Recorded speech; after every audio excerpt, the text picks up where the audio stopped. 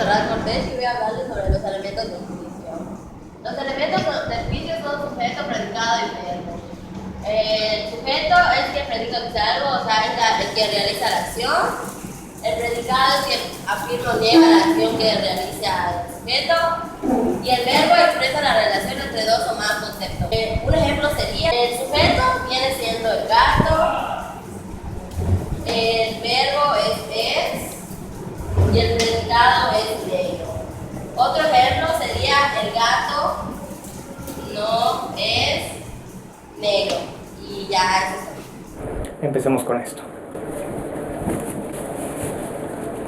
Buenos días, tardes o noches, más probablemente noches. Yo soy Ayorius Fuentes y les hablaré sobre la clasificación de los juicios. Para empezar tenemos la clasificación por cantidad. Es algo bastante simple. Simplemente se refiere a los individuos que están en la oración juicio. Eso. Y en estos encontramos algunos muy importantes.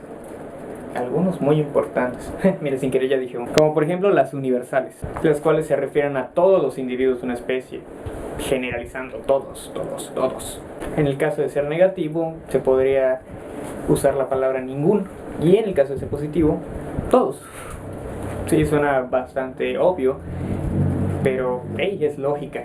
Un ejemplo muy fácil de este tipo de juicios sería algo como: todos los animales comen. Por otra parte están las particulares, las cuales se refieren a unos cuantos individuos y no a todos. Un ejemplo sería: algunos vegetales son verdes.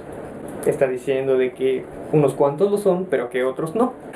Y además también tenemos las singulares, las cuales solo se refieren a un solo individuo. Algo bastante específico, creo yo, como Pedro se escapó de clase de inglés. Eso sería bastante singular y común, de hecho. Pero además de las clasificaciones por cantidad, también tenemos unas cuantas más, como por ejemplo clasificación por cualidad. Y estos los podemos dividir en dos ramas: las afirmativas y las negativas.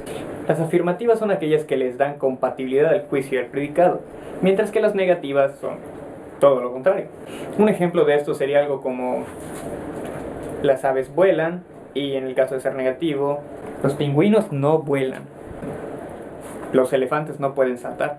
Además de eso, también tenemos algunas clasificaciones, las cuales se conocen como propiedad fundamental, las cuales también se dividen en dos: verdadero y falso. Los verdaderos son aquellos que están acorde con la realidad, como el agua moja, esa es buena. Mientras que los falsos no están de acuerdo con la realidad, como ese perro está volando, lo cual de ser cierto eso sería aterrador. Popó de perro cayendo del cielo. Buenos días, yo soy Genesis Ortega y les voy a hablar sobre las proposiciones categóricas. Para hacer esto más fácil se hace con el cuadro de la oposición. Por ejemplo, yo tengo mi sujeto que es hombre y un predicado que es animal. Voy a empezar con la I. Las contrarias de la I sería o, es, algún, uno. Mi oración quedaría que el sujeto que es hombre, el predicado que es animal, sería algún hombre no es animal, se le agrega el verbo.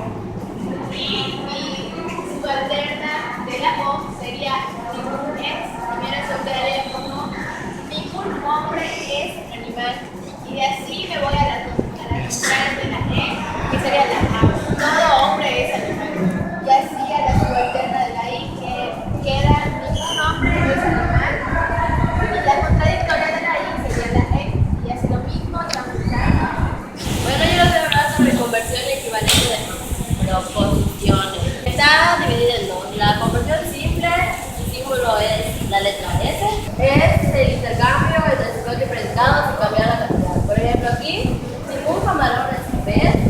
Al cambiarse a una conversión simple, se queda igual como ningún. Lo único que se cambia es pez y camarón, queda con pez. Ningún pez es camarón. La conversión occidental, su símbolo es la letra P. Y solo se puede en proporciones universales. Por ejemplo, todos tigres felinos cambia conversión occidental, algún felino es un tigre. Por ejemplo, solo se cambia tigre por felino y felino por tigre. Y acá puede usarse con todo o con ninguno. cambia algo. Y ya es todo. Yo les voy a explicar los principios lógicos y sus derivados. El principio lógico es necesario conocer las leyes que nos irán acercando a la verdad y corrección. Y primero hay que saber qué es un principio. La definición de un principio es un punto que se considera como primero, es una extensión o cosa, base, origen o causa de algo. Norma o idea fundamental que rige el pensamiento o conducta. El principio es algo de lo que procede una cosa. Los juicios lógicos se consideran por ser verdaderos, universales y necesarios. Estos principios básicos empiezan por principio de identidad. El principio de identidad es formulado por primera vez como parte de una teoría de la realidad del ser.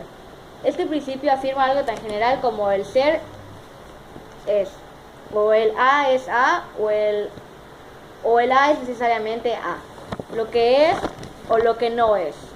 Eso significa el principio de identidad. El principio de contradicción, en este principio enuncia diciendo es imposible que algo sea y no sea al mismo tiempo, y a la misma vez B, pero sin que sea necesariamente A. Y así es como el principio de identidad nos dice que una cosa una cosa nos dice que no es dos cosas a la vez. El principio de lógica tercero, excluido, declara que entre dos proposiciones con dos contradictorias no hay proposición intermedia. Por ejemplo, el gato es felino y el gato no es felino. No podemos decir que estas dos proposiciones son falsas, ya que una de estas tiene que ser verdadera. El principio tercero excluido es reconocer que una alternativa es falsa y otra es verdadera. Soy Manuel Antonio Contreras de Nueva, de segundo E, y les voy a hablar sobre la proporción atómica. La proporción atómica son las que no tienen un colectivo lógico. Por ejemplo, la luz es blanca y la proporción molecular sería agregar otras proporciones o cualquier colectivo que lo agregue más. Por ejemplo, la proporción es blanca y brillante.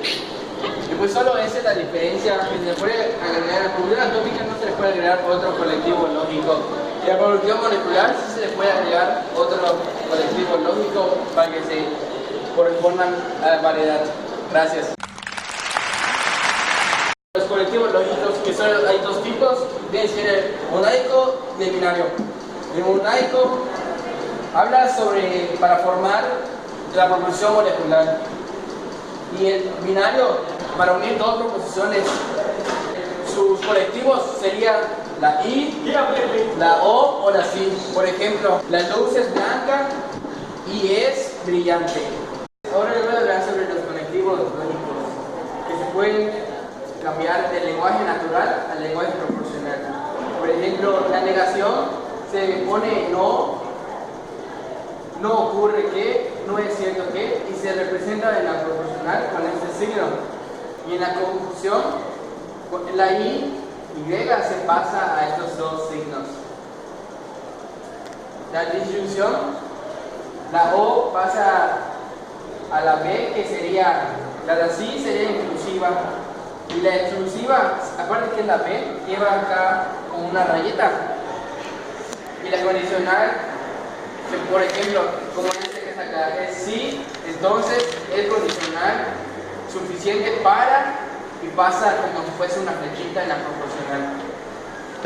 Y en la bicondicional, por ejemplo, es sí y solo sí cuando se le agrega otras proporciones. Es condición necesaria y suficiente para, y pues así se queda. Buenos días, soy el señor Salazar y voy a hablarles acerca de las reglas de verdad y falsedad.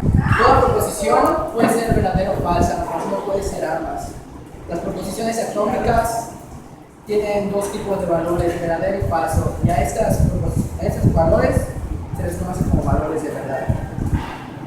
Cada colectivo lógico le corresponde un valor de verdad. Toda proposición verdadera, al ser negada, se convierte en falsa. A su vez, las reglas de verdad y falsedad se dividen en cuatro, que son conjunción, disyunción, condicional y bicondicional. La conjunción será verdadera, sí, solo sí, ambas son verdaderas. En caso de que haya una falsa, la conjunción se convierte completamente falsa. Disyunción, que se divide en dos, incluyente y excluyente. La incluyente dice que solo será verdadero si solo si ambas no son falsas. En caso de que ambas sean falsas, la conjunción se va a convertir en una falsa. Y la excluyente que dice que solo serán verdaderas, sí, solo sí, ambas verdaderas o ambas falsas. La condicional dice que dos proposiciones serán verdaderas siempre y cuando no exista un antecedente verdadero y consecuentemente falso. ¿Qué quiere decir? Que solo en caso de que sea verdadero o falso, va a ser falso. Y la incondicional, que dice que serán verdaderas si son simultáneamente verdaderas o falsas. O sea, que en caso de ser verdadero y verdadero, falso, falso, serán verdaderos. De caso contrario, van a ser falsos. Bueno, y si se preguntan por qué mi video es un tanto diferente al del resto de mi equipo, respetuosamente les digo, la respuesta está en su corazón. Eso suena mejor. Sí, dejaré eso.